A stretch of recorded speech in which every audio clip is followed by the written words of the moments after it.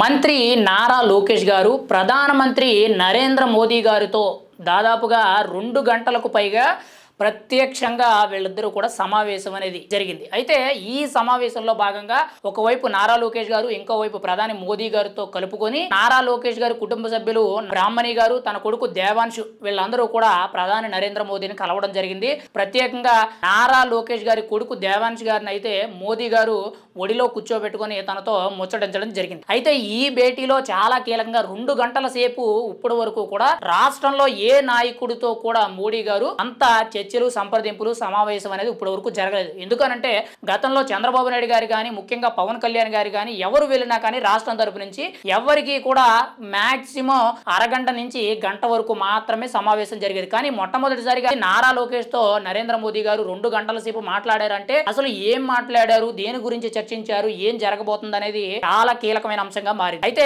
నారా లోకేష్ గారు, మోదీ గారు వీళ్ళిద్దరి సమావేశంలో కీలకంగా నారా లోకేష్ గారు ఎన్నికల ముందు ఆయన యువగలం అనే ఒక పాదయాత్ర చేపట్టి 3132 కిలోమీటర్ల పాదయాత్ర చేసి ఈరోజు రాష్ట్రంలో ప్రతి చోట కూడా ఎక్కడెక్కడ గత 5 ఏళ్లు ఇబ్బందులకరంగా మారాయి, ఎక్కడెక్కడ అవినీతి జరిగింది, ఎక్కడ ప్రజలు కష్టాలు పడుతున్నారు, తన పాదయాత్రలో జరిగిన ప్రతి క్షణాన్ని కూడా ఆయన గుర్తు చేస్తూ ది కాఫీ టేబుల్ అనే ఒక బుక్ ని రచించడం జరిగింది. ఆ బుక్ ని నరేంద్ర మోదీ గారి చేతుల మీదుగా ఆవిష్కరించడం జరిగింది. ఆయన దాని మీద తొలి సంతకం కూడా చేసి తిరిగి ఆ పుస్తకాన్ని నారా లోకేష్ గారికి ఇవ్వడం జరిగింది. అంతేకాకుండా ఎన్డీఏ కూటమిలో భాగంగా ఆంధ్రప్రదేశ్ అనేది ఈరోజు ఎన్డీఏలో భాగస్వామిగా ఉంది. రాష్ట్రం అభివృద్ధి చెందడానికి కూటమి ప్రభుత్వం అనేది చాలా కీలకంగా మారింది. అయితే 2047 వికసిత్ భారత్ కింద ఏదైతే ప్రధాని నరేంద్ర మోదీ భారతదేశాన్ని మొత్తటిని కూడా బాగా డెవలప్మెంట్ చేసి చూపించాలి. ఇప్పటికే కూడా కొంతవరకు కూడా డిజిటల్ గా కానీ ఐటీ అండ్ టెక్నాలజీ, విద్యా రంగాల్లో చాలా కీలకమైన మార్పులు ఏవైతే ఉన్నాయో వాటితో పాటు మిగిలిన రంగాల్లో కూడా చాలా పూర్తి స్థాయి పరిమాణాల్లో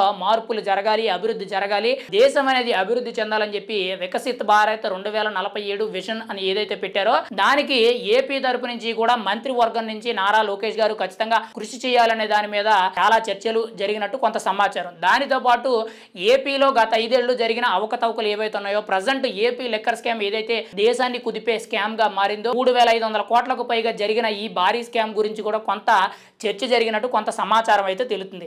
అయితే ఇక్కడ నారా లోకేష్ గారు మోదీ గారిని కలవడానికి ముందు కూడా గతంలో 2 సార్లు ప్రధాని నరేంద్ర మోదీ గారు ఆంధ్రప్రదేశ్ పర్యటనకు వచ్చినప్పుడు గతంలో ప్రధాని నరేంద్ర మోదీ గారు విశాఖలోనే పారిశ్రామిక రంగాన్ని ప్రారంభించడానికి ఆయన శంకుస్థాపనకు వచ్చినప్పుడు కూడా నారా లోకేష్ గారిని నువ్వు కుటుంబ సమేతంగా వచ్చి నన్ను కలువు అని చెప్పి చెప్పడం జరిగింది. మొన్న రీసెంట్ గా కూడా అమరావతి పునఃప్రారంభ శంకుస్థాపన పనులకు వచ్చినప్పుడు కూడా నారా లోకేష్ గారికి నరేంద్ర మోదీ గారు నువ్వు కుటుంబంతో పాటు రావాలి, ఖచ్చితంగా నేను ఆహ్వానిస్తున్నాను, నువ్వు నా ఇంటికి ఎందుకు రావడం లేదు అనే విధంగా ప్రశ్నించడం అయితే జరిగింది.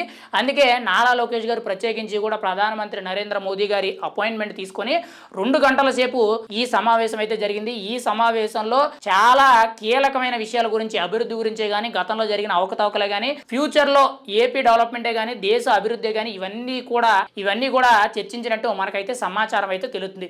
ఏది ఏమైనా సరే ప్రధాని నరేంద్ర మోదీ గారు మంత్రి నారా లోకేష్ గారి భేటీ అనేది ఇప్పుడు రాష్ట్రంలో ప్రతి ఒక్కరిని కూడా ఆలోచింప చేసేంత దిశగా మారింది. ఎందుకనంటే ఇక్కడ ముఖ్యంగా ఏపీలో కీలకమైన నేతలు అంటే ఒకవైపు చంద్రబాబు నాయుడు, ఇంకోవైపు పవన్ కళ్యాణ్ అని మనం చెప్పుకోవచ్చు.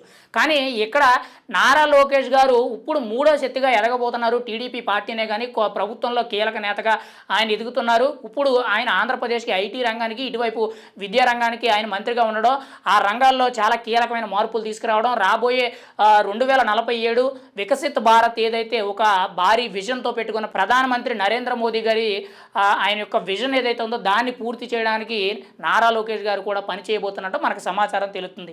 ఏది ఏమైనా సరే ఈ భేటీ అనేది రాష్ట్ర రాజకీయాల్లో ఒక పెనుమార్పు తెచ్చే అవకాశం ఉందని చెప్పి చాలామంది సీనియర్ పండితులు, రాజకీయ పండితులు అందరూ కూడా చెప్పడం అయితే జరుగుతుంది. మరి ఏం జరుగుద్ది వీళ్ళిద్దరి భేటీలో దాదాపుగా 2 గంటలకు పైగా కొంత చర్చలు, సంప్రదింపులు జరిగినాయి అంటే ఎటువంటి పరిణామాలు చోటు చేసుకుంటాయి అనేది మనం అయితే ఎదురు చూడాలి.